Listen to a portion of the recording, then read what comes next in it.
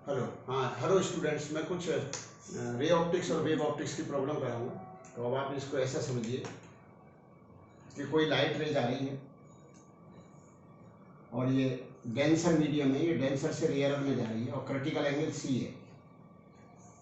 तो जब डेंसर से रेयर में जाए तो क्रिटिकल एंगल से ज़्यादा पर इंसिडेंट हो तो वो उसी मीडियम में रिफ्लेक्ट हो जाती है। तो इसने पूछा है मैक्सिमम एंगल ऑफ डेविएशन।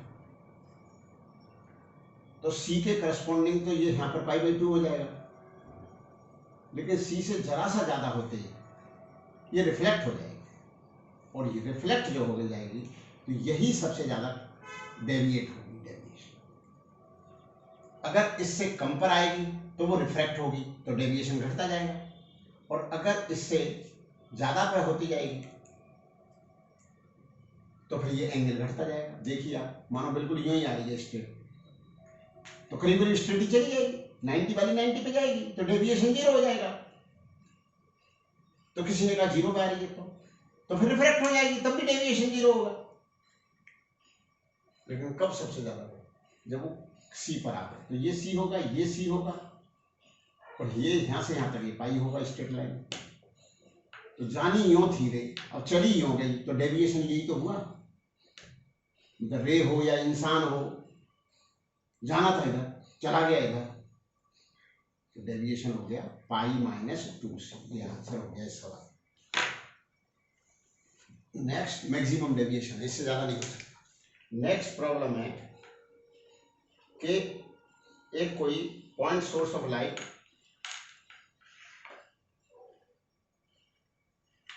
ये रिफ्रैक्टिव इंडेक्स है इसका म्यू। ये पॉइंट सोर्स ऑफ लाइट यहां रखी हुई है जस्ट, और इससे रिफ्रैक्ट, अब रिफ्रैक्शन एक जगह ही होगा यहाँ पर, तो यहां से तो चलिए, अब यहां से तो इस मीडियम में ही रे मूव कर रही है, इस मीडियम से इस मीडियम में जाने पर ये पैरेलल हो गई है इसकी, इस एक्सिस। तो ये पूछ रहा है कि आप हमें parallel beam emerge from the opposite surface of the refractive index of the material। ये रिफ्रैक्टिव इंडेक्स पूछ रहा है कि मटेरियल का रिफ्रैक्टिव इंडेक्स क्या है। ये पैरेलल हो। तो अब आप ये समझिए कि जो अपने पास फार्मूला है μ2/v माइनस μ1/u बराबर μ2 माइनस μ1/r, तो ये ऑब्जेक्ट डिस्टेंस है यहां से। अब यहां से जो पैरेलल रेज निकल रही है,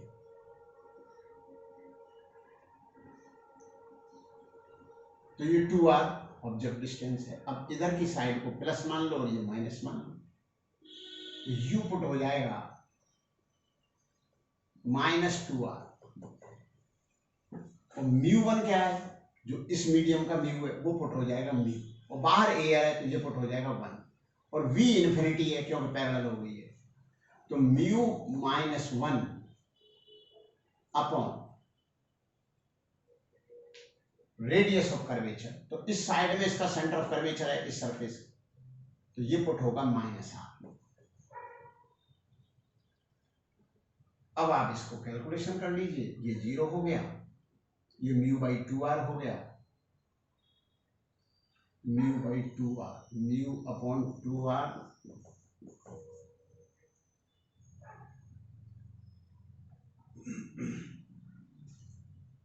-r मैंने सही पुट कराया क्या? -r है तो सही भाई, यू भी सही है, फिर ये गलत नहीं आ रहा, तो फिर हो जाएगा μ/r बराबर माइनस और माइनस बराबर 1/r, तो ये हो जाएगा 3μ 2μ/r और μ/2r, 3/2 हो गया शायद, μ/2 प्लस μ, तो 3/2μ बराबर 1, तो μ बराबर हो गया 2/3, μ 2/3 हो गया। अरे कोई गलती तो नहीं हुई प्रभु, सबसे ये 2r भी सही पुट करा, -2r ही पुट होगा, नेगेटिव लिया है, ये भी नेगेटिव ही पुट होगा। μ2 क्या था, μ2 कौन, हाँ गलती हो गई थी, μ2 तो बाहर वाला था, तो μ1 था और वो -μ था, तो ये गलत हुआ। 1 माइनस μ2 तो जिसमें जा रही है उसका पुट होना था। अब इसको सही करते हैं, ये गलती हुई। तो अब ये जो है μ/2r और वो हो गया बराबर μ/2r और वो हो गया μ/r माइनस माइनस प्लस और -1/r। तो ये इधर गया, ये इधर गया, तो बचा -μ/2r बराबर -1/r। r से r कैंसिल हो गया, μ बराबर 2 आ गया। अब सही है, गलती हुई थी, तो जो वीडियो देखेंगे वो समझ लें कि मुझसे क्या मिस्टेक हुई है। कि μ2 कौन से का होता है रिफ्रैक्टिव इंडेक्स, जिसमें रे जा रही है, जिससे आ रही है वो μ1 है, तो μ1 तो μ था, μ1 तो μ था, और μ2 जो था वो 1 था, तो यहाँ तो सही पुट कर दिया था, यहाँ नहीं करा था, चलो हो गया। तो μ का मान 2 है, रिफ्रैक्टिव इंडेक्स 2 हो गया। नेक्स्ट पुट करो विद साइन, आंसर आ जाएगा विद साइन, ये ध्यान रखना होता है रे ऑप्टिक्स में। तो अब जो है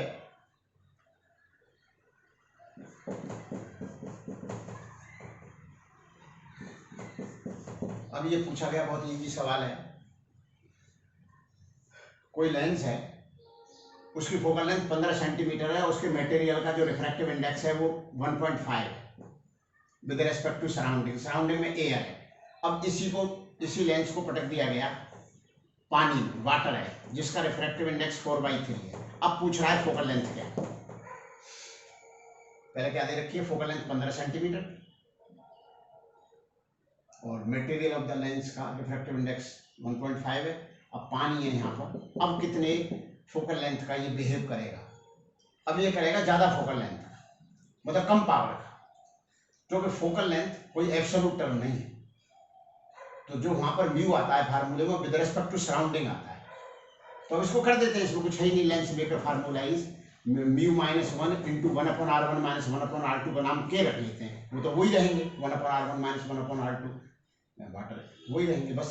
तो पहले म्यू जो पुट हो रहा था वो 3/2 पुट हो रहा था, तो ये k/2 हो गया 1/15। ये पहला इक्वेशन। दूसरे इक्वेशन में यहाँ पुट करेंगे 3/2/4/3, क्योंकि ये 3/2 है और ये विद रेस्पेक्ट टू इसके पुट करेंगे, ये 3/2/4/3, तो 9/8, 9/8 में से 1 जाएगा, तो 1/8। तो अब की फोकल लेंथ होगी k/8, k/2 1/15 है, मतलब k का मान लिख दीजिए यहाँ 2/15 है, तो 1/f बराबर हो गया। अब की जो 1/f डैश है, f डैश है 2/15 इंटू 8, f का मान आ गया 60 सेंटीमीटर। तो पहले कितनी फोकल लेंथ का था, 15 का, अब हो गया 60 सेंटीमीटर। तो पावर हो गई अब 1/4, क्योंकि पावर का फार्मूला होता है 100/f। तो पहले 100/15 थी, अब 100/60 है, तो पावर जो है 1/4 हो गई। क्यों 1/4 क्यों हो गई, क्योंकि फोकल लेंथ 4 टाइम्स हो गई। तो फोकल लेंथ 4 टाइम्स क्यों हो गई, क्योंकि उसमें जो क्वालिटी थी कन्वर्जिंग या डाइवर्जिंग, वो डेंस एंड मीडियम में रखने से क्वालिटी कम हो गई। ठीक, नेक्स्ट खूब समझना।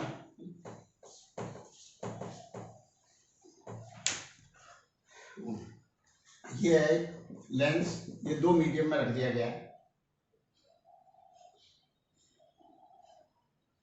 यहाँ पर ऊपर है μ2 और यहाँ पर μ2, और इसका रिफ्रैक्टिव इंडेक्स है पूरे लेंस का μ1, और इधर μ3 है और μ3। तो ऊपर का जो मीडियम है वो μ2 है और नीचे वाला μ3। तो अब इसमें ये पूछा गया है कि ये लेंस की फोकल लेंथ, मतलब wide parallel beam of light is incident on the lens from left. The lens will give rise a single convergent beam, two different convergent beam, two different divergent beam, a convergent and divergent. ठीक, एक convergent and divergent। तो अब इसमें जो data दे रखा है वो मैं बताऊंगा पहले कि μ2 बड़ा है μ1 से, और μ1 बड़ा है μ3 से। तो ये बहुत अच्छी प्रॉब्लम है। ये वैसे जो μ1 था रिफ्रैक्टिव इंडेक्स, और ये जो है इसकी जो बनावट है ये कन्वर्जिंग लेंस की, और बाहर एयर होती तो ये कन्वर्जेंट था। लेकिन जो μ2 है वो μ1 से ज्यादा है, तो ऊपर का हिस्सा जो है वो कन्वर्जेंट की जगह डाइवर्जेंट हो गया। बोले ऐसे कैसे हो जाएगा? बिल्कुल हो जाएगा। 1/f बराबर म्यू माइनस 1 इंटू के होता है, 1/r1 माइनस 1/r2, वो तो चेंज होगी नहीं। तो यहाँ पर म्यू होता है refractive index with respect to surrounding, तो ये पुट होगा μ1 बाई μ2, और μ2 का मान μ1 से ज्यादा है, तो ये वैल्यू 1 से कम होगी। तो जो पहले 1 से ज्यादा आती थी, जो पॉजिटिव आती थी, अब वो नेगेटिव आने लगेगी, तो कन्वर्जेंट लेंस डाइवर्जेंट हो जाएगा। अब रहा ये μ3 छोटा है उससे, तो नीचे का हिस्सा अब भी कन्वर्जेंट रहा, लेकिन कम कन्वर्जेंट रहेगा, एयर के मुकाबले कम रहेगा। अब ये μ3 मीडियम है, तो नीचे का कन्वर्जेंट है और ऊपर का हो गया डाइवर्जेंट, क्योंकि μ2 का मान μ1 से बड़ा है। इसकी बनावट तो वैसे कन्वर्जेंट लेंस की थी, लेकिन ये भी डाइवर्जेंट होने लगा, ऊपर का हिस्सा डाइवर्जेंट और नीचे का कन्वर्जेंट ही रहा, क्योंकि μ1 ज्यादा तो है ही μ3 से। तो बस इसका कुछ नहीं सोचना अपने को, यही था इसका। तो इसमें से क्या आंसर होंगे कि दोनों कन्वर्जेंट होंगी पैरेलल बीम, दोनों डाइवर्जेंट होंगी? नहीं, एक कन्वर्जेंट एक डाइवर्जेंट, ये आंसर है। नेक्स्ट है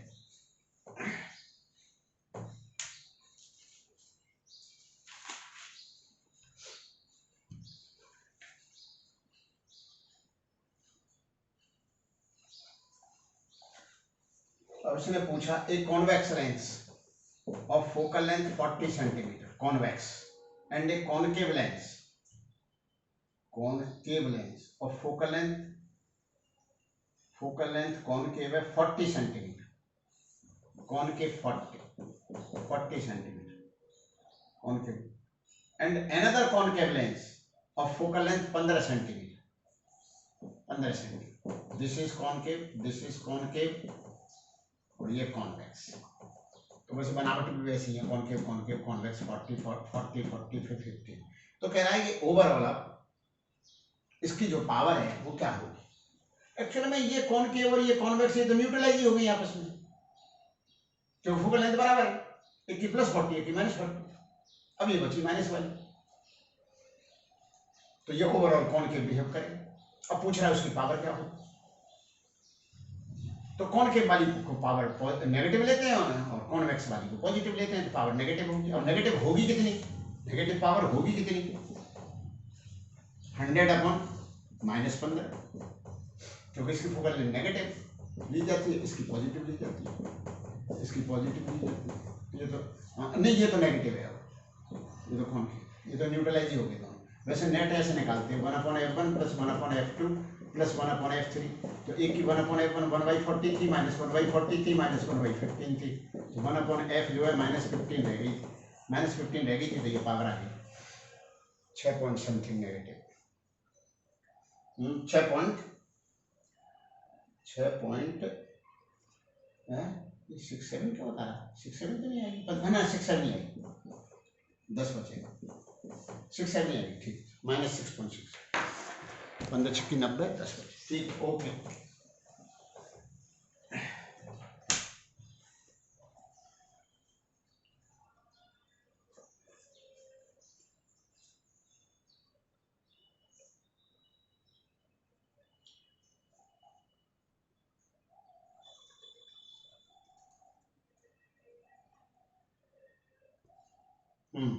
इसने पूछा एक कॉनकेव मिरर है और फोकल लेंथ है, this is a concave mirror, focal length है, एक कोई u दूरी पर एक स्मॉल b लंबाई का एक इसके एक्सिस पे एक ऑब्जेक्ट रखा हुआ है। ये पूछ रहा है इसका लीनियर मैग्निफिकेशन क्या है। तो एक्चुअल में dv पूछा है इसे, du दे दिया, dub है, तो अपने पास फार्मूला होता है 1/b + 1/u = 1/f। इसको डिफरेंशिएट कर दो, तो बोला किसके रेस्पेक्ट में? उसी के रेस्पेक्ट में कर देते हैं तो क्या हो जाता है? तो 1/b² - dv - 1/u² du = 0, क्योंकि इसका जो है 1/f तो कांस्टेंट है। तो dv/du जो हो पूछ रहा है, dv/du, तो ये होता है b/u का का होल स्क्वायर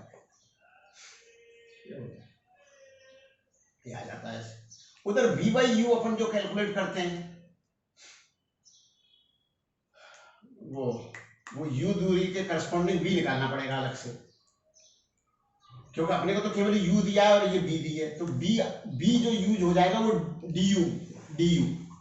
du दे रखा है b, तो इधर b आ जाएगा माइनस b और v बाई यू का होल स्क्वायर।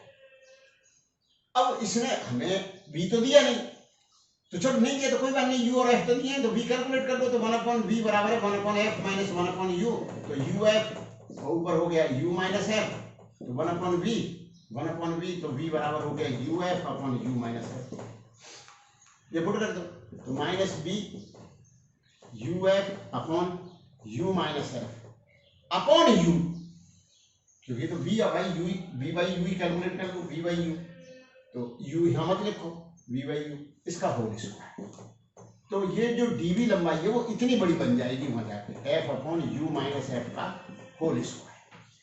तो आप इस बात से ये भी देख सकते हो कि अगर फोकस के आसपास कोई ऑब्जेक्ट होता तो वो इनफाइनाइट मैग्नीफाइड हो जाता। वो कैसे? क्योंकि u की जगह क्या पुट करते हैं आप f, क्योंकि फोकस पर रखा हुआ जो ऑब्जेक्ट है वो इन्फिनिटी पे जाके बहुत बड़ा बना गया होगा, मतलब बहुत बड़ा साइज में, क्योंकि वो बहुत दूर बना है, तो बहुत दूर बना है, और फिर ये लॉन्गिट्यूडनल मैग्नीफिकेशन होता है v बाई यू का होल स्क्वायर। u तो f है लेकिन v टेंड्स टू इन्फिनिटी है, तो इन्फिनिटी अपॉन f इनफाइनाइट हो गया, तो इनफाइनाइट का स्क्वायर इनफाइनाइट हो गया, तो वो बहुत बड़ा बनता, जो ये फार्मूला भी बताया कि u की जगह f पुट करने पर वो बहुत बड़ी साइज बन जाती है। और जो उसके आसपास के जो हैं, उसके आसपास के जो कि कौन के मिरर में सेंटर ऑफ कर्वेचर के आसपास के जो ऑब्जेक्ट हैं, तो उसके लिए v और u बराबर आते हैं, v उसी के नीचे बन जाता है वो, तो उसका जो लीनियर मैग्नीफिकेशन है वो क्या होता है, b साइज है तो b साइज का ही बन जाएगा, क्योंकि v और u बराबर होंगे, क्योंकि u 2f होगा तो v भी 2f ही होगा, ये 2f होगा तो ये भी 2f ही होगा, 1/2f प्लस 1/2f 1/f हो जाता है।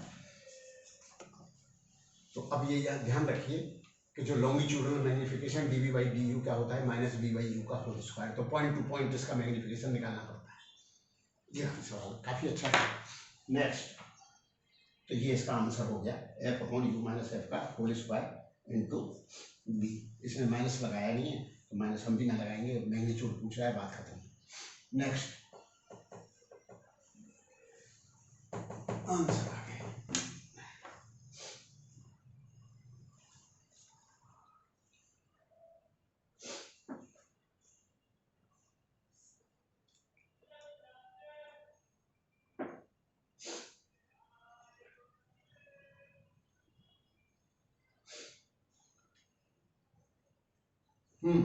ये बहुत अच्छा सवाल पूछा इसने कि ये कोई स्फीयर है,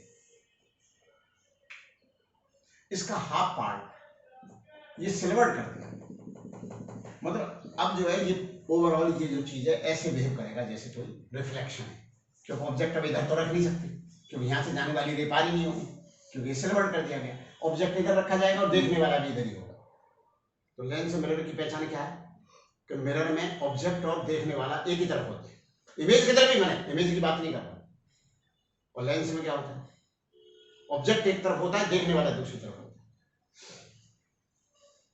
तो यहां से कोई पैरेलल बीम आए, नैरो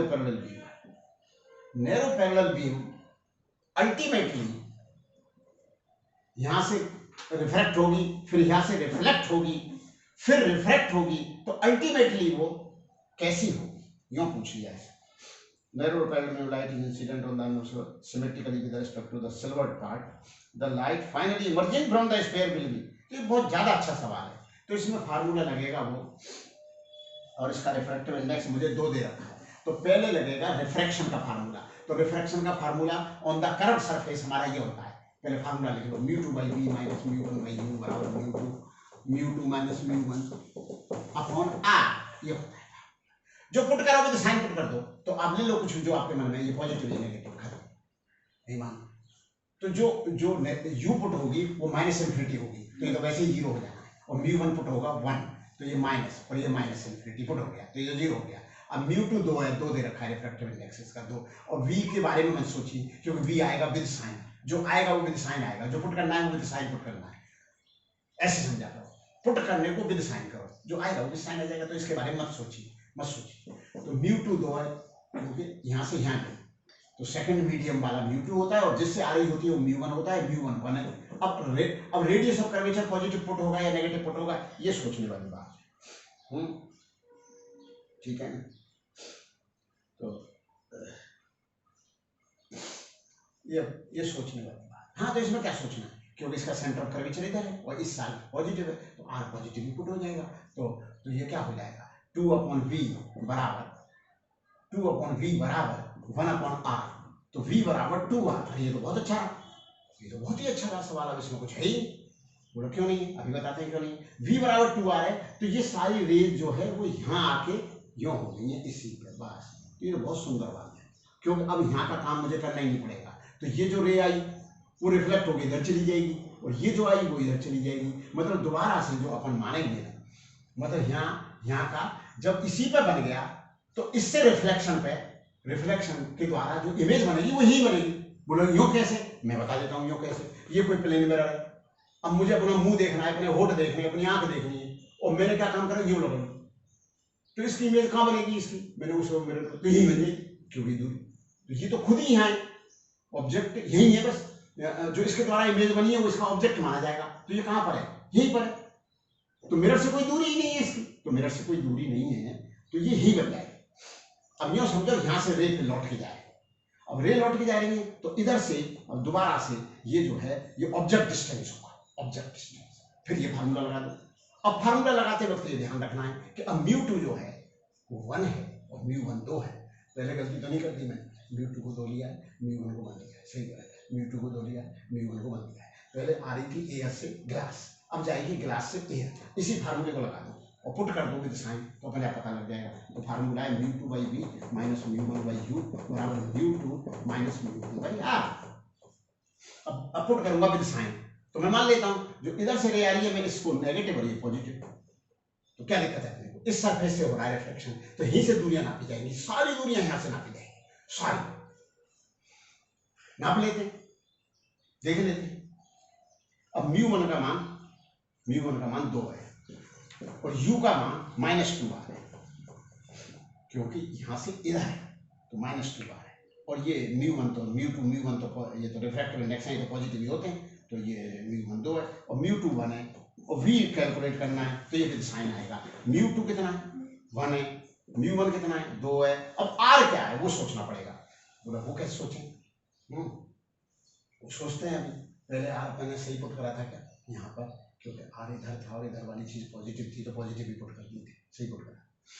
अब क्या है कि इधर सेंटर ऑफ कर्वेचर इसका यहाँ से है, तो सेंटर ऑफ कर्वेचर तो इधर है, तो नेगेटिव साइड में तो -r इधर है, इधर में सेंटर ऑफ कर्वेचर, और इधर वाली साइड में क्या है, नेगेटिव है, और उधर वाली पॉजिटिव है, तो ठीक है, पॉजिटिव है, तो उधर वाला तो मुझे कुछ पुट तो करना ही नहीं है अभी, क्योंकि u और r इधर के हैं, तो r भी नेगेटिव पुट होगा और u भी नेगेटिव पुट होगा, तो u -2 आ है और r जो है -r है। इसमें पुट करने का ही कमाल है बस। तो 1/v बराबर हो गया 1/- प्लस हो गया 1/v प्लस 1/r बराबर -1/r प्लस 2। एक -1 ही लिख देता, मैं क्या कर रहा हूँ, -1/r प्लस 2/r, तो ये कितना बैठ गया भाई, ये क्यों करा, हाँ अभी बताते हैं। तो -1/r प्लस 2/r, तो ये क्या हो गया 1/r, तो 1/v प्लस 1/r बराबर 1/r, तो 1/v बराबर 0, तो v बराबर क्या हो गया, इन्फिनिटी।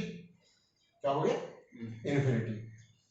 अरे भैया, अब हमारी आदत तो फार्मूले की पड़ी हुई है, इतना अनुभव होने के बावजूद भी मैं डायरेक्ट इसका आंसर नहीं बता पाया। इसका मैं डायरेक्ट आंसर बता सकता था, कैसे कि ऐसे ऐसे ये आ रही है, तो इसके लिए ये बना है, तो इसके लिए पैरेलली तो हो जाएंगी, जिसका आंसर पैरेलली था। आगे की कैलकुलेशन करने की जरूरत नहीं थी, पहली तो जरूर करनी पड़ती कि पहले बार रिफ्रैक्शन से इमेज कहाँ बनी है, यहाँ बनी है, तो बस यहाँ जो बनी है, अब रिफ्लेक्शन तो होना ही नहीं है कुछ भी, क्योंकि और फिर ये रे लौट के जानी है, तो इस रे के लिए ये रे थी, तो इस रे के लिए वो रे होगी। इसमें था क्या सवाल में, कुछ भी नहीं था, मतलब ये करना भी नहीं थी कैलकुलेशन, पर हो कर दी तो कर दी। तो क्या आंसर हुआ कि आफ्टर रिफ्रैक्शन इस सरफेस से रिफ्लेक्ट, अल्टीमेटली रेज कैसे हो जाएंगे, अल्टीमेटली रेज हो जाएंगे कैसे, पैरेलल बीम। पता है इसके 4 आंसर थे। ये कितना सुंदर सवाल था। इसने पूछा था कि ऐसा होने पर क्या होगा लास्ट में, तो इसने आंसर दिया parallel beam, convergent beam, slightly divergent beam, slightly ये दो वाले वाइडली डाइवर्जेंट बीम, मतलब खूब डाइवर्जेंट, कम डाइवर्जेंट, कन्वर्जेंट खूब मुंह फाड़ती हुई, कम मुंह फाड़ती हुई, और कन्वर्जेंट और पैरेलल। तो इसका आंसर है पैरेलल, 100% पैरेलल आंसर है। बहुत अच्छा सवाल, वेरी गुड। ये दूसरी बार का मुझे करना नहीं चाहिए था, पर जितना दिमाग चलता है उतना ही तो चलाऊंगा, मैं क्या करूँगा।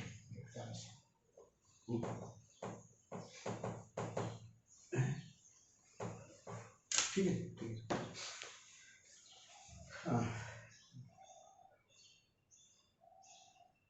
हाँ, अब एक सवाल है कि ray of light is incident normally, तो एक जो बहुत छोटे एंगल की प्रिज्म है, ये बहुत छोटा एंगल है, लेकिन for clarity of the diagram मैंने काफी बड़ा बना दिया है, कम से कम होगा ये 30-35 डिग्री। लेकिन वो दे रखा है 5-10 डिग्री तक हो तो ये फार्मूला लग जाता है डेविएशन वाला, क्या, डेल्टा बराबर म्यू माइनस 1 इंटू एल, ये लग जाता है।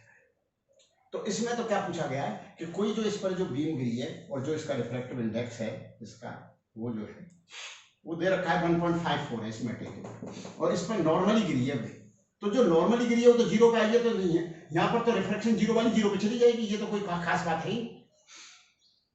ये जो 0 पे आई है ना नॉर्मली, वो तो सीधे चली जाएगी, तो 0 डिग्री वाली तो 0 पे जाती है ना। अब हुआ क्या, ये 4 डिग्री है,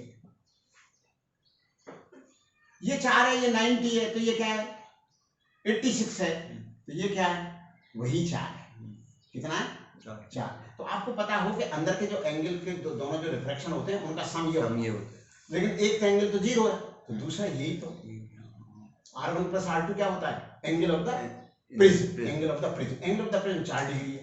अब जो 4 डिग्री है ना, मेरी बात समझना, जो 4 डिग्री है ना, वो बाहर कितने पे जाएगी अगर इसका रिफ्रैक्टिव इंडेक्स 1.52 है। कितना बढ़िया सवाल है, इसमें कुछ है ही नहीं। बोलो sin थीटा, तो इस साइन नहीं निकालने होते इनमें जो है साइन थीटा थीटा के ही बराबर होते हैं जब छोटे एंगल है, तो इसमें थीटाओं का ही रेशियो है बस। तो 1.54 इंटू 4 डिग्री बराबर क्या चीज, थीटा इंटू 1, नहीं समझे, 1 इंटू थीटा, 1 इंटू, तो थीटा क्या आ गया जी, ये 6 डिग्री के आसपास, 4 चौक 16, 21 और 3.16 ना 6.1, सॉरी करीब 1.5, 6 पॉइंट। तो कि थीटा कितने पे निकल गई, ये यूं जाते जाते कितने पे चली गई, ये 4 पे न जाके 6.16 डिग्री है, तो ये अपने मार्क से कितना डेविएट हो गई बस। अब यहाँ तक तो ये सीधी आई थी, बस ही जरा सी मुड़ी है, जरा सी भी कितनी मुड़ी है, नहीं 6.16 में से 4 तो हटाऊंगा ना, 4 पे तो जा ही रही थी ना, ये यूं जाती तो कोई डेविएशन थोड़ी माना जाता ना, तो 2 तो 6.16 और 4 माइनस कर दो तो 2.16, तो डेविएशन पूछा। तो अगर कम एंगल हो तो हम μ1 θ1 बराबर μ2 θ2 लगा सकते हैं, क्योंकि sin θ1 खुद θ1 के बराबर है। तो बोला ये तो रेडियन में होते हैं, तो रेडियन अपन दोनों तरफ बनाएंगे, और जब दोनों तरफ रेडियन बनाएंगे तो वो कट जाए, वो कांस्टेंट कट जाएगा। तो आप काय में लिख सकते हो, डायरेक्ट डिग्री में भी लिख सकते हो। क्या लिख सकते हो डिग्री में, μ1 θ1 बराबर μ2 θ2। वैसे होता क्या है, μ1 sin θ1 बराबर μ2, और थीटा बहुत छोटे हो और रेडियन में हो तो क्या लिख सकते हैं, μ1 θ1 बराबर μ2। तो आप बोलो आपने डिग्री में लिखा है तो कोई बात नहीं, मैंने रेडियन मान के निकाला था, और रेडियन मान के निकाला था। अब ये रेडियन में जब इनकी डिग्री बनाऊंगा 180 अपॉन, तो दोनों तरफ ही तो गुणा करूंगा, वो कट जाए, तो ये डिग्री में भी सही है। क्या μ1 θ1 बराबर μ2 θ2, तो it is also true in degree. जैसे क्या मान के ये करा था अपन, रेडियन, ठीक रहा है, समझ आगे बढ़े। ऐसे ही बनने तो, जो चीज नेचुरल है वैसे ही बनने तो, मुझे कोई दिक्कत नहीं, मुझे कौन सा नाम लेना है किसी से। देखने वाले तो वही, हाँ और क्या, देखने वाले तो वही है, ठीक है। तो his distance from the mirror is equal to the focal length, the height of, हाँ देखो भैया, ए बॉय है, a boy of height 1 metre, मतलब 12-15 साल का होगा, 1 मीटर तो छोटा होगा ना, बॉय है छोटा। In front of a convex mirror, his distance from the mirror is equal to its focal length. ये कॉन्वेक्स मिरर है भाई, 1 मीटर का बच्चा यहाँ खड़ा है, 1 मीटर हाइट का है, ठीक है ना। तो ये तो इसका जो मैग्निफिकेशन होता है इसका फार्मूला तो वही होता है ना, कौन सा, -b/u। और जो इसका जो लॉन्गिट्यूडल मैग्निफिकेशन होता है वो -b/u का होल स्क्वायर आता है, वो dv/du होता है कि du वाली चीज लॉन्गिट्यूडनली कितनी बड़ी बन जाएगी, ठीक है ना। तो कह रहा है ये फोकल लेंथ पर रखा है, वैसे तो इसका फोकस कहाँ होते हैं, इधर है फोकस पर, तो इधर वाली दूरी किसके बराबर दे दी, फोकल लेंथ के बराबर। तो कहता है कि इसमें जो बनेगी ना, जो इमेज कितनी बड़ी बनेगी, तो ये तो पता ही है कि कॉन्वेक्स मिरर में छोटी बनती है, क्योंकि आप वैसे भी देख सकते हो कि ये रे यूं गई और सेंटर ऑफ कर्वेचर यहाँ है, तो नॉर्मल ये होता है, तो जब नॉर्मल ये होता है तो ये रिफ्लेक्ट यूं होगी, नहीं समझ में आई। और एक जो है यूं जाएगी, रे डायग्राम बना के, मतलब ये यूं गई, और यो वाली कैसे जाएगी, अब नॉर्मल तो यही है ना सेंटर ऑफ कर्वेचर, तो ये यूं चली जाएगी, तो रिफ्लेक्टेड रे एक तो यूं जा रही है और एक यूं जा रही है, आगे कहीं नहीं काटे, आगे कहीं नहीं इंटरसेक्ट करे, क्योंकि ये तो कहीं रिफ्लेक्टेड रेज क्या हो गई, डाइवर्जेंट रे आगे थोड़ी काटती हैं कहीं, तो उनको पीछे हटाओ, तो पीछे हटाने पर हमारा काम बनेगी इमेज यूं करा और यूं करा, तो ये डॉट ऐड करा, तो इमेज यहाँ बन गई, तो ये छोटी बन गई और इरेक्ट बन गई, और ये कॉन्वेक्स मिरर में बन गई। प्लेन मिरर में भी इरेक्ट का किस्सा है, लेकिन बराबर साइज का है। कॉनकेव मिरर में भी एक किस्सा किसका है, इरेक्ट का, लेकिन वो बिगर साइज का है, बड़ी लार्ज बनती है, इसमें स्मॉल बनती है, प्लेन मिरर में इक्वल साइज की बनती है। तो इरेक्ट के और इसके वो जो वर्चुअल इमेज के तीनों में एक एक केस है, ठीक है, एक एक केस है। अब ये पूछ रहा है कि इसकी साइज क्या होगी, तो ये इसकी दूरी निकालनी पड़ेगी, इसके कंपैरिजन इसकी क्या दूरी है, उसके लिए आपको फार्मूला लगाना पड़ेगा। तो लगा देते हैं 1/v + 1 प्लस वाला फार्मूला है इसके लिए, जो पुट करोगे तो साइन पुट कर दो। तो बोला कैसे पुट करें, कुछ भी मान लो ना, आपकी इच्छा, किधर मानोगे, नेगेटिव पॉजिटिव, ये पॉजिटिव ही नेगेटिव है, ये पॉजिटिव ही नेगेटिव, तो अब u कैसा पुट होगा, नेगेटिव, क्योंकि वो तो इधर है, ऑब्जेक्ट तो इधर है, तो नेगेटिव क्या पुट हो जाएगा, -f, नहीं समझ, f ही दूरी है तो -f। अच्छा f कैसा पुट होगा इसका, f फोकस होता किधर है, फोकस वो होता है गड्ढे की तरफ, तो फोकस तो इधर है ना, फोकस किधर है, इधर है, तो वो कैसा पुट होगा, पॉजिटिव पुट होगा। वैसे कॉनकेव मिरर का पॉजिटिव लेते हैं, पर मैंने साइन ही मान लिए, तो जैसे माने वैसे पुट, जैसे माने वैसे पुट करो, और जो आएगा वो विद साइन आ जाएगा। तो वो जो विद साइन आके ही आप बताते हो कि इमेज इधर बनी है उधर बनी है, मानो नेगेटिव आ जाए तो आप क्या कहोगे, इमेज उधर बनी, पर इस केस में नेगेटिव आएगा ही नहीं, वो आएगा इधर।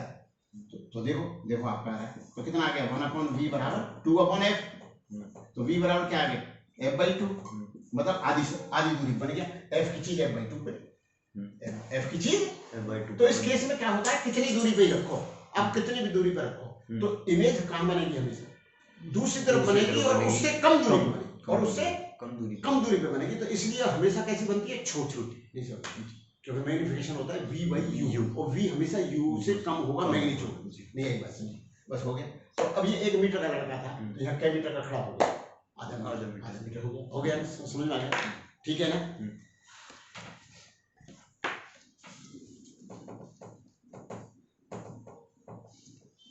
समझा नहीं तो परफेक्ट है, मैं ठीक कराना हूँ ये सवाल, तो ये ठीक लग रहा है नहीं, अच्छा।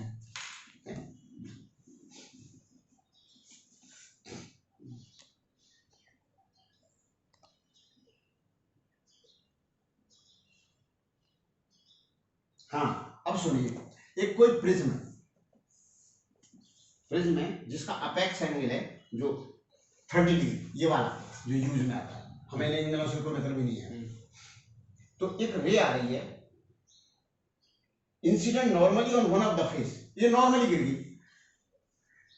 अब ये यहां तक तो फिर कहीं मुड़ेगी, जो नॉर्मल गिरी है वो 0 डिग्री पे गिरी, जो नॉर्मल से एंगल बनाते हैं वही तो एंगल ऑफ क्या कहलाता है, इंसिडेंस, और जो नॉर्मली आ रही है वो नॉर्मल से क्या एंगल बना रहा है, 0 डिग्री, तो जो 0 वाली काय पे जाती है, 0 पे चली जाती है आगे रिफ्रैक्शन, और लौटती है तो कैसे लौटती है, 0 पे लौट जाती है, क्योंकि रिफ्लेक्शन का थोड़ा आसान तरीका है, एंगल ऑफ इंसिडेंस बराबर एंगल ऑफ रिफ्लेक्शन, इंसिडेंस बराबर एंगल ऑफ रिफ्लेक्शन, तो 0 वाली 0 पे चली जाती है।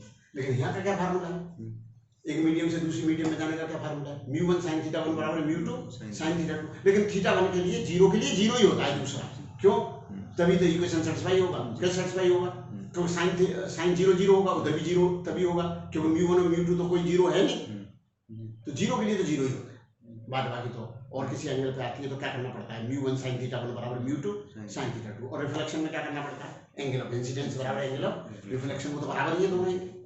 तो ठीक है, तो अब जीरो वाली जीरो पे चलेगी तो यहाँ आ रही 30 डिग्री, तो ये 30 डिग्री हो गया और इसका रिफ्रैक्टिव इंडेक्स √2 दिया है। तो जब √2 दिया है तो कितने पे जाएगी ये, तो बोला हमें नहीं पता, नहीं पता तो फार्मूला लगा दो ना, क्योंकि म्यू 1 के √2 दे रखा है, तो √2 sin 30 बराबर 1 into sin थीटा। तो sin थीटा बराबर क्या हो गया, sin थीटा बराबर 1/√2 तो तो 45 √2 अपॉन क्या हुआ ये, √2 ही होगी 1/2 1/2, हाँ तो 1/√2 तो sin थीटा 1/√2, तो थीटा हो गया 45 और फिर ज्यादा तो आना ही चाहिए था, ज्यादा तो आना ही चाहिए था, क्योंकि जब डेंसर से रेयर में जाती है तो नॉर्मल से अवे हो जाती है। अब पूछा कि ये कितना डेविएट हुई, 15 डिग्री, यहाँ तक तो कुछ डेविएट हुई थी। अब ये जा रही थी, मैं 30 पे जाते जाते कितना मुड़ गई, 15 डिग्री मुड़ गई, 15 डिग्री, ये आ गया ना समझ, ठीक है। अच्छा, फिर अगर ये पूछा जाता कि ये यहाँ पर कितने एंगल पर आती है, कि ये 90 पे जाती, कितने पे जाती, 90, तो इसका क्रिटिकल एंगल आता 45 के लिए 90 बैठता है। देखो आप 45 के लिए 90 बैठ, इसे तो 90 बैठा दो इधर, तो 90 बिठा के क्रिटिकल कैलकुलेट कर लो, तो 1 into sin 90 बराबर म्यू गुणा sin थीटा c। नहीं समझ रहे, वो क्रिटिकल एंगल कौन से मीडियम में होता है, डेंसर मीडियम में वो एंगल जिसके लिए डेंसर मीडियम में वो एंगल जिसके लिए रेयर मीडियम में angle of refraction, angle of refraction 90 degree, उसको क्या बोलते हैं, क्रिटिकल एंगल। तो क्रिटिकल एंगल क्या आने वाला है, ये म्यू है कितना √2 और ये sin थीटा c बराबर 1, तो sin थीटा c बराबर क्या 1/√2, तो थीटा c बराबर क्या 45। तो 45 डिग्री से अगर ज्यादा पे आती है तो लाइट क्या करती, इसी मीडियम में वापस हो जाती, क्योंकि 45 के लिए कोई एडजस्टमेंट बैठेगा ही नहीं, क्योंकि 45 वाली कितने पे चली गई, यूं होगी 90 पे, और 45 से ज्यादा वाली बाहर नहीं जाती, तो उसको बोलते हैं टोटल इंटरनल रिफ्लेक्शन, जो कौन से मीडियम में होता है, डेंसर।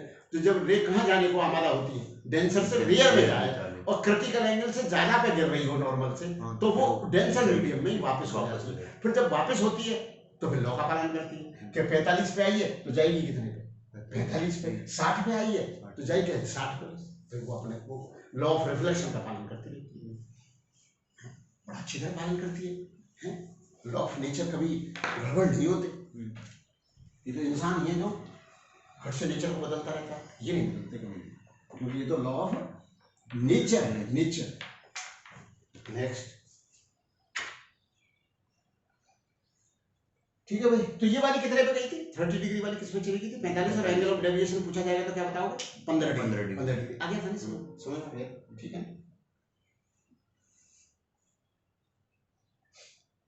एंगल ऑफ डेविएशन हाँ पूछा था 15 degree. A thin prism P1 of angle इतना है, made glass of refractive index इतना is combined with another thin prism P2 made from a glass of refractive to produce dispersion without deviation. The angle of without deviation, the angle of P2 is, इसको अभी मैं थोड़ी देर में बस समझानी पड़ेगी।